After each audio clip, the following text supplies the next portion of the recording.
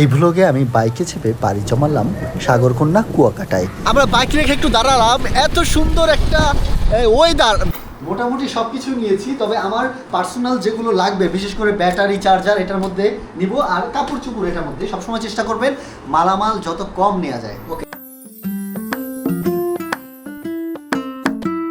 রওনা হয়েছি কুয়াকাটার উদ্দেশ্যে। আর যেতে যেতে আপনাদের সাথে আমি আছি রাব্বি হাওলাদার।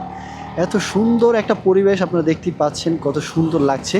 নতুন রাস্তার কাজ হচ্ছে, আর এই পাশ দিয়ে একটা ছোট রাস্তা, আমি এই রাস্তা দিয়ে চালাচ্ছি। আস্তে করে উঠবো পিছে।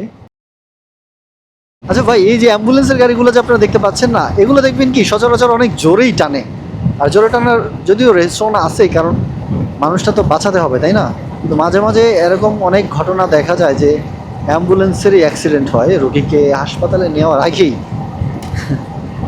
মানে কোথায় স্বর্গে পাঠিয়ে দেয়। হাই হাই হাই হাই, বৃষ্টি শুরু হয়ে গেল ভাই। প্রথমে কি কুবা নাকি? আল্লাহ আল্লাহ আল্লাহ, এমনিতেই কিছু পড়ি নাই ভাই, শার্ট পরে বের হয়েছি। ফরিদপুর 16 কিলোমিটার, ঢাকা 125 কিলোমিটার, আর বরিশাল 137 কিলোমিটার। বৃষ্টির মধ্যে রাইড করতে ভালো লাগে, তবে সাবধান থাকতে হবে, খুব সাবধান। কারণ বৃষ্টির মধ্যে আর কুয়াশার মধ্যেই অ্যাক্সিডেন্টের প্রবণতা খুব বেড়ে যায়। দেখেন ভাই একটা ব্যাপার, এই ফুল গাছগুলো মানে মনে হচ্ছে আমাদের বরণ করে নিচ্ছে। যাই হোক, সাবধানে রাইড করে যাচ্ছি। বৃষ্টি কিন্তু পড়ছে, আপনারা ক্যামেরায় দেখতে পাচ্ছেন কিনা আমি জানি না। এই যে ভাই, এই গাড়িগুলো দেখতে পাচ্ছেন, এই গাড়িগুলোর মধ্যে কিন্তু অনেকে আগুন ধরায় ভাই, অনেকেই ধরায়। আমি দেখছি এই খেরকুটার গাড়িতে অনেকে দুষ্কৃতিকারীরা বিশেষ করে পিছন থেকে আগুন লাগাই দেয় ভাই। এই গাড়ি যারা এরকম ট্রিপ মারবেন, খুব সাবধানে মারবেন ভাই।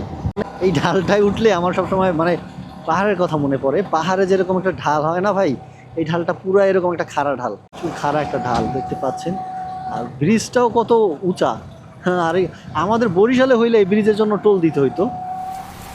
বাইরে ভাই কি আকাশ আপনারা দেখতে পাচ্ছেন ভাই, মানে এই বৃষ্টির মধ্যে এত সুন্দর একটা ওয়েদার। যাই হোক, বৃষ্টি চলুক, রাইডও চলুক। ও আশা আশা, এই পরিমাণ বৃষ্টি, এই বট গাছের নিচে দাঁড়াই। আরে বৃষ্টিতে ভিজে যাবা। আসা আসা, এটা এখানে কোনো রকম পার করে আমরা টিন ঘরে যাই দাঁড়াবো। চলো চলো চলো চলো, বড় ভাই এই মাথা মাথা আছে না, তাইলে চলবো। পুরোটা হয়তো ঢুকাইতে পারবেন না। কুয়াকাটা যাবার পথে আমরা একটা ছোট্ট বিরতি নিয়েছি, কারণ রেইনকোটটা একটু খুললাম, গরম লাগতেছিল অনেকক্ষণ যাবত, আবার বৃষ্টি পড়তেছিল না। তো আবার আমরা রওনা হব কুয়াকাটার উদ্দেশ্যে। অন্যখানে এমন রাস্তা হয়তো আছে, বাট আমি যাইনি। দেখতে পাচ্ছেন এই যে বরিশাল থেকে পটুয়াখালী যাওয়ার পথে রাস্তাগুলো কতটা সুন্দর। এই যে সামনে একটা বড় উঁচু আছে, মনে হচ্ছে আমি পাহাড়ে উঠবো, কিন্তু না, ওটা একটা কালভার্ট। আর রাস্তাগুলো আসলে দুই পাশে সবুজ সবুজ সারি সারি গাছ, আর মাঝখান দিয়ে এত সুন্দর একটা রাস্তা। আর বাস ট্রাকের চাপ কিন্তু তেমন একটা নেই, চাপ দুই একটা যে অটো চলে, বাট বড় গাড়ির চাপ খুবই কম। এর জন্য যারা বাইক রাইড করে এই পটুয়াখালী কুয়াকাটা আসবেন, তাদের জন্য বেস্ট একটা ভ্রমণ হবে। আমরা এখন চলে এসেছি পটুয়াখালী পায়রা সেতু, যাকে লেবুখালী ব্রিজ সেতু নামে অনেকে চিনি। এখানে আগে একটা ফেরি ছিল। আমার কিন্তু ফেরি পারাপার করতে বেশ ভালো লাগে, তবে এখন আর কোনো ফেরি পাওয়া যায় না। মানুষের সময় বেঁচে গেছে, দুর্ভোগ বেঁচে গেছে, তাও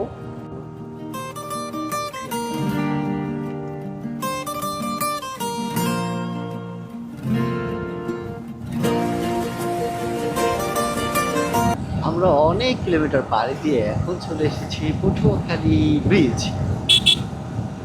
পটুয়াখালী ব্রিজ থেকেই সামনে পটুয়াখালী চৌরাস্তা। আমরা একটু শহরে ঢুকবো, একটু খাওয়া দাওয়া করে আবার রওনা হবো। এতগুলো বিরতি দিয়ে আপনাদের হয়তো বিরক্তই করছি। দেখতে পাচ্ছেন কত সুন্দর নদী। এটা পটুয়াখালী শহর। এখানে অনেক নদী বাসবে, অনেক ব্রিজ, টোল দেখবেন কতগুলো যে টোল দিতে হয়, মানে আপনারা দেখতে দেখতে হয়তো ক্লান্ত হয়ে যাবেন, এতগুলো টোল। এই কুয়াকাটা যেতে হলে আপনাদের বেশি সমস্যা কি, সমস্যা বলবো না কি বলবো, মানে টোল দিতে দিতেই আপনারা ক্লান্ত হয়ে যাবেন, এত পরিমাণ টোল আছে এখানে। যারা বরিশাল থেকে পটুয়াখালীর বাসে ওঠে তাদের সাথে একটা প্রতারণা হয় কি, এই যে পটুয়াখালী এনে তাদের আরেকটা লোকাল গাড়িতে নামিয়ে দেয় অথবা টাকা ফেরত দিয়ে দেয়। এই এমন ঘটনাগুলো কিন্তু বরিশাল পটুয়াখালীতে প্রায়ই ঘটে। এখানের মানে গণপরিবহনের যারা থাকে এরা আসলে মানে কি বলবো, অস্থির টাইপের লোক। একেবারে ফুল একটা টাঙ্কি করেছিলাম, সেটা শেষ। মিটার একেবারে জিরোর কাটায়। আমরা সামনের এই ফুয়েল পাম্প থেকে ফুয়েল নিয়ে নিই। ভাইয়া 500 মিটার একেবারে আবার অর্ধেকেরও বেশি শো করছে। কুয়াকাটা 63 কিলোমিটার,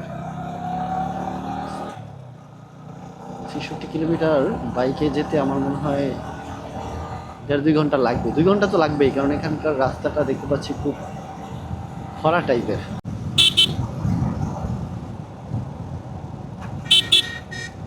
তবে পটুয়াখালীর এই রাস্তায় একটা সমস্যা কি, জায়গায় জায়গায় দাঁড়ায় এরকম গাড়ি আনলোড করে, যেটা আসলে খুবই একটা রিস্কের ব্যাপার।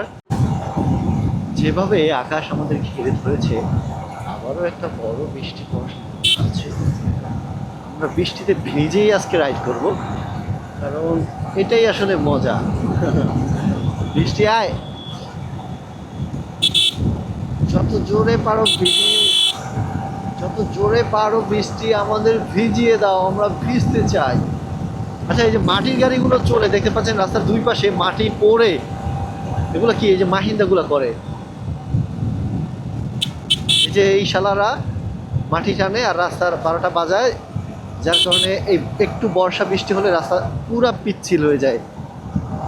আমরা বাইক রেখে একটু দাঁড়ালাম, এত সুন্দর একটা ওয়েদার মিস করতে চাইলাম না, এজন্য একটু দাঁড়ায় একটু সেলফি টেলফি তুললাম। ভাই রে ভাই, মানে কি পরিষ্কার নদী ভাই, আর মেঘে মানে এটা কি স্বাদ, প্রকৃতির স্বাদ আসলে, সুবহানাল্লাহ। আগে কত বৃষ্টি যে দেখেছি, বৃষ্টিতে ভিজবো, এই প্রকৃতি এখানে বসে উপভোগ করব। আসলে কুয়াকাটা গিয়ে শুধু যদি বসে থাকি রুমে তাহলেই তো আর হলো না, এই সুন্দর প্রকৃতিটা উপভোগ করতে হবে। কি পরিমাণ বৃষ্টিতে যে ভিজছি আল্লাহ মাহবুদ জানে, আপনারা, কারণ ক্যামেরা অফ রাখতে হয়েছে বৃষ্টিতে। আমরা মানে এই গাড়ির ড্যাশবোর্ড দেখেই বুঝতে পারতেছেন যে কি পরিমাণ আমি বৃষ্টির সম্মুখীন হয়েছি। যাক, অবশেষে জল্পনা কল্পনা অনেক প্রতীক্ষার পরে অনেক পথ পেরিয়ে চলে এসেছি কুয়াকাটা। এই হলো কুয়াকাটা বাস স্ট্যান্ড। আমাদের হয়তো আর 1-1.5 কিলো পরেই আমরা দেখতে পারবো আমাদের সেই সমুদ্র সৈকত। এদিকের এই যে আপনারা ছোট ছোট ভ্যানগুলো দেখতে পাচ্ছেন না, এই ভ্যানের মধ্যে দেখছি তোষক আছে। এই যে হয়তো যাত্রীরা যেন একটু আরাম পায় এজন্য এই তোষকের ব্যবস্থা করা। এলপিজি গ্যাসও কিন্তু এখানে আছে, আর একটু পেছনেই দেখলাম ফুয়েল পাম্প। যাই হোক, তাহলে যারা গাড়ি নিয়ে আসবেন তাদের আর চিন্তার কোনো কারণ নেই। ছোট টায়ার আছে।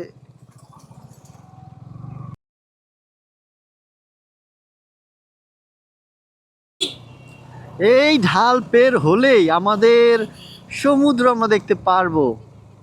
ও বিচের এই আমাদের কাঙ্ক্ষিত সমুদ্র পাড়ে আমরা চলে আসছি। বৃষ্টি ভেজা পায় সামনে এলে হায় ফোটে কামিনী, আজ ভিজতে ভালো লাগে, শূন্য মনে জাগে প্রেমের কাহিনী। এই যে হোটেল লাইট হাউসে আমি এর আগে থাকছি, মানে এইটাই ভালো লাগে কেন, ছোটখাটোর মধ্যে এই হোটেলটাই। এই রুমটা আমরা ভাড়া নিয়েছি 1000 টাকায়, কাপল বেড। এসিও পাওয়া যেত, আমি আর কই ভাই এসি লাগবে না, আমরা নিচতলায় দেন।